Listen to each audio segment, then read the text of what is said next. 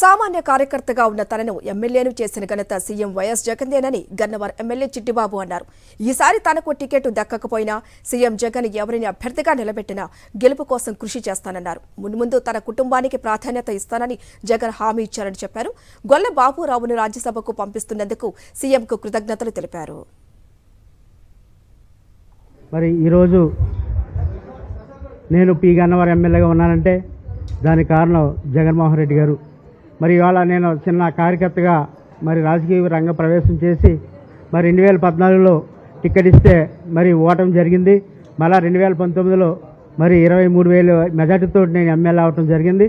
మరి ఈరోజు సీఎం గారు పిలిచి మరి ఇవాళ మా సర్వేలు అనుకూలంగా లేవు, మరి నీకు టికెట్ ఇవ్వలేకపోతున్నావు, మరి నీకు మంచి స్థాయిలో నేను చూస్తాను, నీ కుమారుణ్ణి జిల్లా పరిషత్ చైర్మన్ చేస్తామని చెప్పి సీఎం గారు నేను హక్కును చేసుకుని మీరు ఎప్పుడు మీ కుటుంబం అంతా గుండెలో పెట్టి చూసుకుంటామని చెప్పి సీఎం గారు హామీ ఇవ్వడం జరిగింది.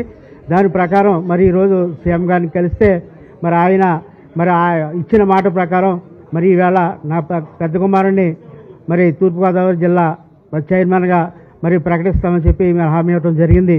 మరి ఈవేళ రాబోయే రాజ్యసభ ఎన్నికల్లో మరి మేమందరం కూడా మాకు టికెట్ ఇచ్చినా ఇవ్వకపోయినా మరి ఈవేళ మా గొల్ల బాబురావు అన్న టైగర్ మరి ఆయన్ని రాజ్యసభ పంపిస్తున్నందుకు మరి ఇవాళ మా ఎమ్మెల్యే అందరి తరపున సీఎం జగన్మోహన్ రెడ్డి గారికి హృదయపూర్వక ధన్యవాదాలు తెలియజేసుకుంటూ